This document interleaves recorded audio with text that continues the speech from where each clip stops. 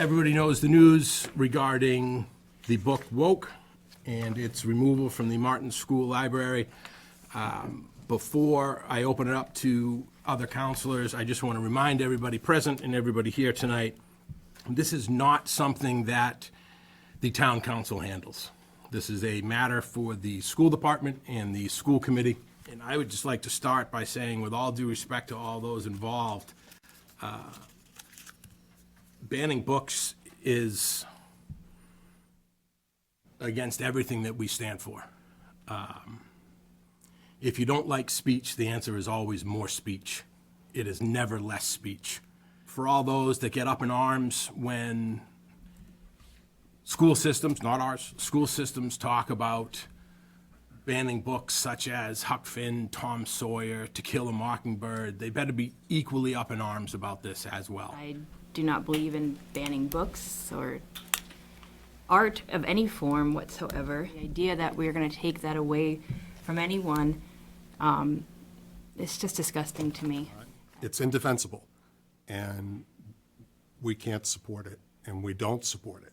Over the weekend, my wife, who's an educator who works at North Attleboro High School, provided me with this article, and I had to sit down when I started to read it. It completely undermined everything that I've been doing in this chair over the last 3 terms of trying to bring this community together, from our town manager to the assortment of folks that have served on this council. And it's just disheartening to see one action by a review committee or a couple folks can ultimately drag us all through the mud, and we're all attached to it. It's embarrassing to me as an African-American male. It's embarrassing to my wife. It's embarrassing to everybody on this council. And what's ironic about this whole thing is we don't know who was on the review committee. You know me, Darius Gregory, I'm a town councilor, and I'm embarrassed. I'm sitting here as the only black face in this room, and I'm embarrassed. I don't feel supported. I know students in our schools don't feel supported. And we've been talking about this for 6 years now. This was the opportunity of a lifetime to stand on the right side, put it up in there and say, we celebrate diversity. This was the opportunity. It fell right in your lap, and you fumbled. You fumbled on the 1-yard line. You fumbled. You failed me. You failed everybody else. It hurts me to my core. I have my chin up high. I'm smiling. I'm always happy-go-lucky, and I like living in North Attleboro. But I got multiple calls, and they're, Darius, you're a town council in North Attleboro. What's going on over there? I'm like, I don't know what's going on over here. It's crazy, ludicrous. Like, if you don't have that same energy, then something's wrong. You should be like, why am I tied into this? The school committee didn't necessarily have a direct hand into it, but the superintendent had an opportunity to do right by it, and there's no accountability, none. But everybody that lives in North Attleboro will forever be tied to this and be associated with it, and it makes no sense. The optics are crazy. It's a PR nightmare. You ban a book with a brown-faced young lady on the cover. Like, come on, what are we trying to do here? Create World War III? I mean, what are we trying to do? We're trying to bring folks together. And since this chair, we've been through the George Floyd incident. Wasn't in our control, but we were able to band together, figure out how to work and navigate through that. The Black Lives Matter movement wasn't in our control. We were able to band together. This was in our control. We did this. We did it.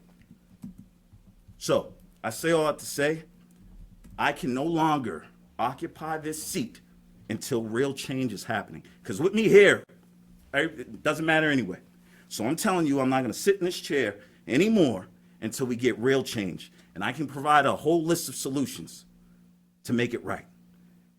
Starts with getting the book back on the shelf. Maybe not tomorrow, but it needs to happen in the very near future. I will not come to another town council meeting until that happens. I'll be on the phone tomorrow with Mr. Antonucci. I'll meet with whoever else I need to meet.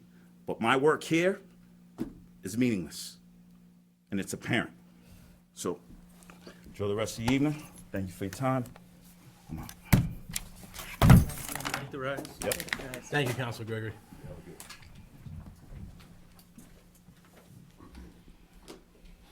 Actions have consequences. To ban something because of an idea that might be divisive or that makes us uncomfortable is completely un-American. We come together by exposure to ideas that make us uncomfortable.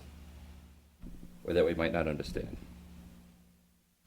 That's how we come back together as Americans.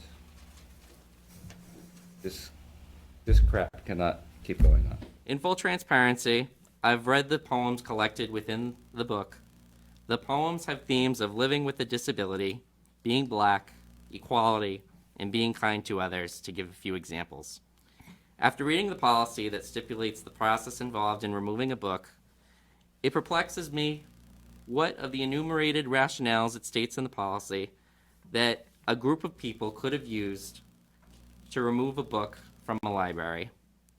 We don't know the enumerated rationale the complainant used either. We also don't know how the librarian felt on this issue.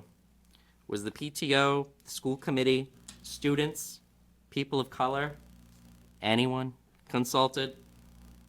One person had the power to come before a group of people and demand a book be banned just because they didn't like the title. Think about that for a second.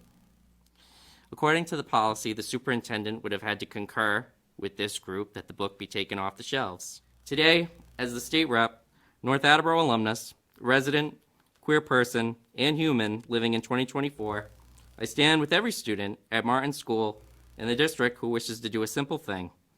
Read a book about being kind to each other freely, and I hope you take the same stand as well.